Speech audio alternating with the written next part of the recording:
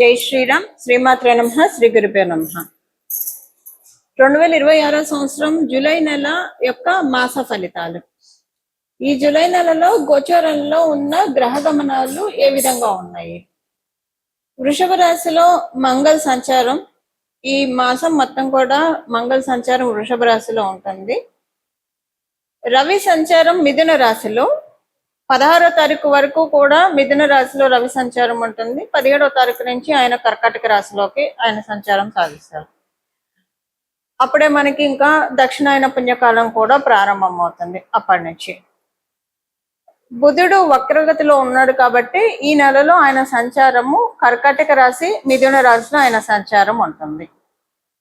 శుక్రుడు ఈ వారం మొదట్లో 5వ తారీఖు వరకు 4వ తారీఖు వరకు కర్కాటక రాశిలో సంచారం చేస్తూ 5వ తారీఖు నుంచి ఆయన సంచారాన్ని సింహరాశిలో ఉంటుంది. ఆయన సంచారం సింహరాశి, శుక్రాచార్యుల వారి సంచారం సింహరాశిలో ఉంటుంది. గురు భగవానుడు సంచారము కర్కాటక రాశిలో ఉంది. సింహరాశిలో కేతుదేవుని సంచారము, కుంభరాశిలో రాహుదేవుని సంచారము, ఆఖరిదైన మీనరాశిలో శనేశ్వరుని సంచారము. శనేశ్వరుడి సంచారము ఈ మాసం చివర్లో ఆయన వక్రగతిలోకి వెళ్తున్నారు. ఇదే ఈ వారం యొక్క గోచారంలో ఉన్న గ్రహస్థితులు. ఇది ఈ మాసము గోచారంలో ఉన్న గ్రహస్థితులు. ఈ మాసంలో ఉన్న ఈ గోచార గ్రహస్థితుల్ని అనుసరించి ఎలాంటి ఫలితాలు ద్వాదశ రాశుల వాళ్ళకి, ద్వాదశ లగ్నాల వాళ్ళకి ఉండబోతున్నాయి. అలాగే ఈ మాసము గోచారంలో గ్రహ గమనాలు ఎలాగున్నాయి అంటే మంచి స్థానాల్లో ఉన్నాయా, ఏదైనా జాగ్రత్తలను సూచిస్తున్నాయా, ఏదైనా శుభత్వాన్ని సూచిస్తున్నాయా?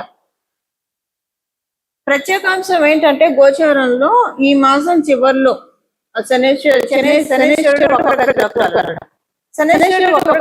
వెళ్ళడం. దీని మీద మళ్ళీ మనం సపరేట్ గా ఒక వీడియోలో నేను చెప్తాను ఎలా ఉంటుంది అనేది. ఇది కొంతమందికి చాలా బాగా ఉంటుంది. ఏలినాడులో ఉన్న వాళ్ళకి బాగా ఉంటుంది. ఇప్పుడు వక్రగతి అష్టమ శ్రేణిలో ఉన్న వాళ్ళకి బాగా ఉంటుంది. అర్ధాష్టమ శ్రేణిలో ఉన్న వాళ్ళకి బాగా ఉంటుంది. ఒక రిలీవింగ్ ఫ్యాక్టర్ అనుకోండి ఈ ఏలినాడు శని, అష్టమ శని, అర్ధాష్టమ శనిలో ఉన్న వాళ్ళకి అది ఈ మాసం చివరి నుంచి స్టార్ట్ అవుతుంది. అలాగే కంటక శనిలో ఉన్న వాళ్ళకి కూడా ఈ పాయింట్ వర్తిస్తుంది. ఇది మోస్ట్ స్పెషల్ అంశము గోచారంలో. ఇంకొకటి ఏంటంటే మనందరికి తెలిసిన దేవగురువు అయిన బృహస్పతి కర్కాటక రాశిలో ఆయన సంచారము, రవి కూడా ఈ మాసం మధ్యలో కర్కాటక రాశిలోకి రావడం, అన్ని మాసాల్లోకెల్లా అన్ని రాశుల్లో ఆయన సంచారం కంటే కూడా దేవగురువు అయిన బృహస్పతి సంచారము కర్కాటక రాశిలో, ధనుసు రాశిలో మీన రాశిలో ఈయన సంచారం చాలా స్పెషల్ గా ఉంటుంది. ఇప్పుడు ఇది ఈయన సమక్షంలో సూర్యనారాయణ మూర్తి కర్కాటక రాశిలో ప్రవేశం అంటే దక్షిణాయన పుణ్యకాలం ప్రారంభం అవుతుంది. ఇది చాలా మంచిది. దీని గురించి కూడా మనం ఒక వీడియోలో నేను చెప్తాను. దక్షిణాయన పుణ్యకాలం ఈ సంవత్సరం ఎంత సిగ్నిఫికెంట్ గా ఉంది, దీన్ని మనందరం ఎలా యూటిలైజ్ చేసుకోవాలి, ఇవన్నీ కూడా మనం ఒక వీడియోలో మాట్లాడుతున్నాం. మొత్తానికి అయితే ఇవి ఈ మాసంలో ఉన్న గోచారంలో ఉన్న ప్రత్యేక అంశాలు. ఇప్పుడు నేను చెప్పినట్టు శుభత్వాన్ని సూచిస్తుంది కదా. శనేశ్వరుడు వక్రగతిలోకి వెళ్ళడం కొన్ని రాశుల వాళ్ళకి నేను చెప్పాను కదా. ఏలినాడు శనిలో ఉన్న వాళ్ళకి, అష్టమ శనిలో ఉన్న వాళ్ళకి, అర్ధాష్టమ శనిలో ఉన్న వాళ్ళకి, కంటక శనిలో ఉన్న వాళ్ళకి వీళ్ళందరికీ ఊరట ఇస్తుంది. అట్ ద సేమ్ టైం వృషభ తులా రాశుల వాళ్ళకి కొంత ప్రతికూలం పూర్తిగా అని చెప్పను, అలాగని అనుకూలంగా కూడా ఉండదు, అలా ఉంటుంది. ఇవి ఈ మాసంలో ఉన్న గోచర గ్రహస్థితులు. అలాగే ఇప్పుడు గోచార గ్రహస్థితులను అనుసరించి ద్వాదశ రాశుల వాళ్ళకి, ద్వాదశ లగ్నాల వాళ్ళకి ఎలాంటి ఫలితాలు ఉంటాయో మనం పరిశీలిద్దాం. మేషరాశి, మేష లగ్నంలో పుట్టిన వాళ్ళకి ఈ మాసము మేషరాశిలో పుట్టిన వాళ్ళకి, మేష లగ్నంలో పుట్టిన వాళ్ళకి అనుకూలమైన ఫలితాలు ఉన్నాయి. దానికి ప్రథమ కారణం ఏంటంటే మీకు చతుర్థ స్థానంలో గురు భగవానుడు యొక్క సంచారము, అలాగే శనేశ్వరుడు కూడా ఈ మాసంలో వక్రగతిలోకి వెళ్ళడము, రవి సంచారం కూడా ఈ మాసం మధ్యలో చతుర్థ స్థానంలో, శుక్రాచార్యుల వారి ఈ మాసం మొదట్లో పంచమ స్థానంలోకి వెళ్ళడం, ఇవన్నీ కూడా మంచి క్యాలిక్యులేషన్స్ ఉన్నాయి. మీరు ఒకవేళ గర్భవతులు అయితే కనుక, సంతానము ఈ సమయంలో డెలివరీ ఉంటే కనుక సాక్షాత్తు మీకు శ్రీ మహాలక్ష్మి అమ్మవారు పుట్టినట్లే మీరు భావించాలి. అంటే అమ్మాయే పుట్టడానికి అంటే మళ్ళీ జన్మజాతకాన్ని బట్టి అది మారుతుంది అనుకోండి, అది వేరే సంగతి. బట్ మోస్ట్లీ గోచారం రీత్యా ఆడపిల్ల పుట్టడానికి ఛాన్స్ ఎక్కువ ఉంది. లక్ష్మీదేవిని సాక్షాత్ మీ ఇంట్లో అడుగుపెట్టినట్లు అదృష్ట దేవత భావించాలి. కారణం ఏంటంటే కేంద్ర స్థానంలో శుభగ్రహం ఉంది, కోణ స్థానంలో శుభగ్రహం ఉంది. కేంద్రం 4వ స్థానంలో గురు భగవానుడు ఉన్నాడు, కోణ స్థానం అయిన 5వ స్థానంలో శుక్రాచార్యుల వారు ఉన్నారు. ఇది చాలా మంచి విషయము ద్వాదశ మేషరాశి మేష లగ్నంలో పుట్టిన వాళ్ళకి. సో అందరికీ కూడా ఇలాగ సంతానం రీత్యా ఉండాలని ఉండదు. మనం మామూలుగా చూసుకుంటే కనుక మేషరాశి మేష లగ్నంలో పుట్టిన వాళ్ళందరికీ కూడా ఈ మాసం చాలా చక్కటి శుభ ఫలితాలు. ఇంట్లో బయట ఏకకాలంలో బాగుండే శుభ సమయము. ఆలోచనలు కూడా చాలా బ్యూటిఫుల్ థాట్స్ వస్తాయి మీకు. చాలా బ్యూటిఫుల్ థాట్స్ వచ్చి ఆ ఆలోచనలు మీరు ఇంప్లిమెంట్ చేయగలుగుతారు.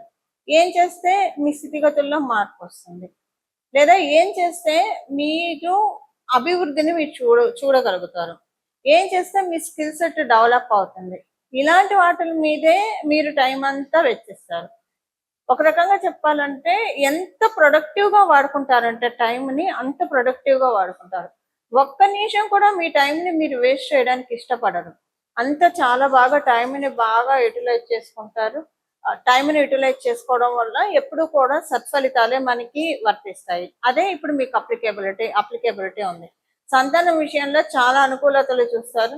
మీకు కనుక స్త్రీ సంతానం ఉంటే కనుక వాళ్ళ వల్ల మీకు శుభవార్తలు వింటారు. అంటే వాళ్ళ నుంచి వాళ్ళకి సంబంధించిన శుభవార్తలన్నా వింటారు.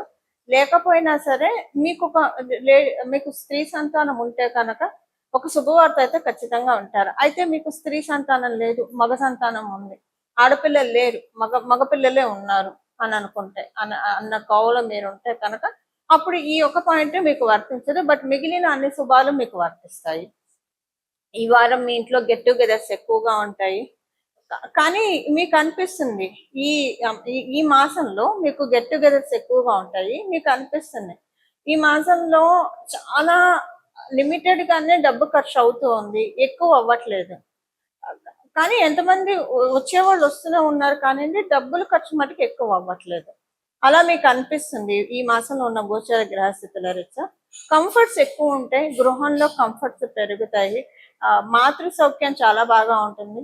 మీకు తల్లిగారు ఉండి మీ తల్లిగారికి హెల్త్ ప్రాబ్లమ్స్ ఏమైనా ఉంటే అవి సెట్ అవుతాయి. మీకు మీ అత్తగారితోటి అనుకూలమైన సంబంధాలు లేకపోతే ఈ మాసము మీ యొక్క బాండింగ్ బాగా ఉంటుంది, అనుకూల సంబంధాలు చక్కగా మెరుగుపడతాయి. వీటన్నిటికీ కూడా ఈ మాసం ఒక కర్టెన్ రైజర్. చాలా మంచి యోగాలకి శుభత్వానికి ఈ మాసము చాలా వేదిక కాబోతుంది మేషరాశి మేష లగ్నంలో పుట్టిన వాళ్ళందరికీ కూడా. పరిహారము ఈ మాసంలో చేసుకోవాల్సిన పరిహారము, మనము గోచరంలో ఉన్న గ్రహస్థితుల గురించి మొత్తం చూసాము, ఎలా ఉంటాయి ఫలితాలు కూడా మనం చూసాము. ఇందులో శనేశ్వరుడు వక్రగతిలోకి వెళ్ళడము ఒక చాలా మంచి విషయము. అంటే వక్రగతిలోకి ఆయన వెళ్ళేది కుంభరాశిలోకి అవ్వడం వల్ల, అంటే కుంభరాశి వైపే కాబట్టి ఇది ఒక మంచి విశేషాంశము.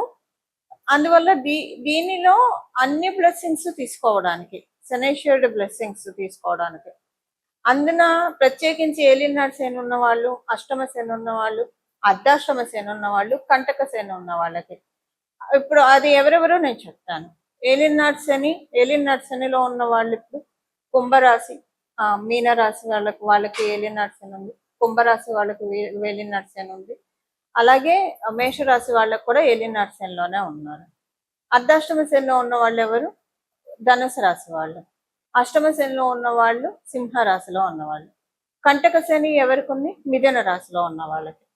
సో ఈ రాశుల్లో ఉన్న వాళ్ళకి కావచ్చు, లేదా ఇప్పుడు నేను చెప్పిన రాశులు లగ్నాల్లో ఉన్న వాళ్ళకి అష్టమ శని, అర్ధాష్టమ శని, ఏలినాడు శని, కంటక శని ఇవన్నీ ఉన్నాయి. దీంట్లోంచి ఇప్పుడు బయటపడటానికి మంచి సమయము. అంటే తర్వాత ఇప్పుడు ఏలినాడు శని కుంభరాశి వాళ్ళకి అయిపోతుంది అనుకోండి నెక్స్ట్ ఇయర్, కానీ మీనరాశి వాళ్ళకి ఉంటుంది, మేషరాశి వాళ్ళకి ఉంటుంది, తర్వాత నెక్స్ట్ ఇయర్ వృషభ రాశి వాళ్ళకి కూడా స్టార్ట్ అవుతుంది. ఇది ఏంటంటే దీంట్లోంచి ఇంకా మీనరాశి వాళ్ళు, అంటే అర్ధాష్టమ శని, అష్టమ శని ధనుసు రాశి వాళ్ళకి, సింహరాశి వాళ్ళకి కూడా అయిపోతుంది, కంటక శని మిథున రాశి వాళ్ళకి అయిపోతుంది. సో మేజర్ గా మీనరాశి వాళ్ళకి, మేషరాశి వాళ్ళకి ఇప్పుడు ఇది ఒక మంచి ఆపర్చునిటీ అందరికీ కూడా. ఇప్పుడు శనీశ్వరుడు యొక్క అనుగ్రహాన్ని పొందడానికి ఇబ్బందులు లేకుండా కర్మకారకుడు కాబట్టి మనకి సమన్వయం చేసే గ్రహం కూడా అన్ని గ్రహాలు సమన్వయం చేసిన సాటర్న్ కొంచెం ప్రతిదీ కూడా లెక్కలు కరెక్ట్ గా తెలుస్తారు కాబట్టి మనం చేసుకోవాల్సిన శనీశ్వరుడికి సంబంధించిన పరిహారమే చేసుకోవాలి. దీనికి బెస్ట్ థింగ్ ఏంటంటే మీకు మీ ఇంటి దగ్గర ఏదన్నా భద్రకాళి అమ్మవారి ఆలయం ఉంటే ఆలయాన్ని దర్శించి రావడము, అలాగే విష్ణుమూర్తి ఆరాధన లేదా పరమశివుడికి ప్రతిరోజు సాయంత్రం పూట ఈ మాసం మొత్తం కూడా చేసుకోవడము లేదా మీరైనా సరే అభిషేకం చేసి రావడము, ఈ మూడిట్లో ఏదైనా చేయవచ్చు. అసలు ఇవేం చేయలేమని అనుకున్న వాళ్ళు ప్రతిరోజు మీకు ఏ గుడి కుదిరితే ఆ గుడికి చెప్పులు లేకుండా కాళ్ళకి వీలుంటే మీకు అవకాశం ఉంటే కనుక కాళ్ళకి చెప్పులు లేకుండా వెళ్ళి దర్శనం చేసుకున్నాను. అవకాశం లేని వాళ్ళు అంటే కొంతమందికి షుగర్ ఇలాంటి ప్రాబ్లం ఉన్న వాళ్ళు చెప్పులు లేకుండా నడవలేరు. సో అలా మీకు ఆరోగ్యరీత్యా ఇబ్బందులు ఉంటే చెప్పులు వేసుకొని వెళ్ళవచ్చు. బట్ వీలుంటే ఈ మాసం మొత్తం కూడా ఏదో ఒక దేవాలయానికి ప్రతిరోజు కుదిరితే ఒకటే టైంలో దర్శనం చేసుకోండి, చాలా మంచి ఫలితాలు వస్తాయి. ఒకవేళ ఒకటే టైంలో చేసుకోవడానికి కుదరలేదు, మీరు పొద్దున సాయంత్రము మీకు ఎప్పుడు కుదిరితే అప్పుడు, సాయంత్రం అయితే మళ్ళీ స్నానం చేసి శుచిగానే వెళ్ళాలి దేవాలయానికి. ఉదయాన్నే అయితే స్నానం చేసి ఉదయాన్నే అయితే ఇంకా బెస్ట్. సో మీకు ఏ టైంలో కుదురుతుంది ఆ టైంలో మీరు దేవాలయానికి వెళ్ళడానికి ప్రయత్నించండి. ఇప్పుడు నేను చెప్పిన వీటిలో ఏదైనా చేసుకోవచ్చు, లేదా రోజు లలిత సహస్రనామం చదివినా కూడా మంచి ఫలితాలు వస్తాయి. వీటిలో ఏదైనా చేసుకుంటే కనుక శనీశ్వరుడు మంచి ఫలితాల్ని ఇవ్వడానికి చాలా చక్కటి, అంటే ఇప్పుడు ఉన్న ఈ వక్రగతిలో ఉన్న శనీశ్వరుడు చాలా మంచి రిజల్ట్స్ ఇవ్వడానికి అందరికీ కూడా అవకాశం చక్కగా ఉంటుంది. ఇవి ఈ మాసం యొక్క గోచర గ్రహస్థితులను అనుసరించిన ఫలితాలు, అలాగే తదనుగుణంగా చేసుకోవాల్సిన పరిహారం. ఇలాగా మనందరం కూడా భగవద్గీతకి పాత్రలు అవ్వాలని చెప్పి మనస్ఫూర్తిగా నేను కూడా పరమశివుణ్ణి శిరస్సు వంచి ప్రణామం చేస్తూ మంగళం. నమో భగవతే వాసుదేవాయ.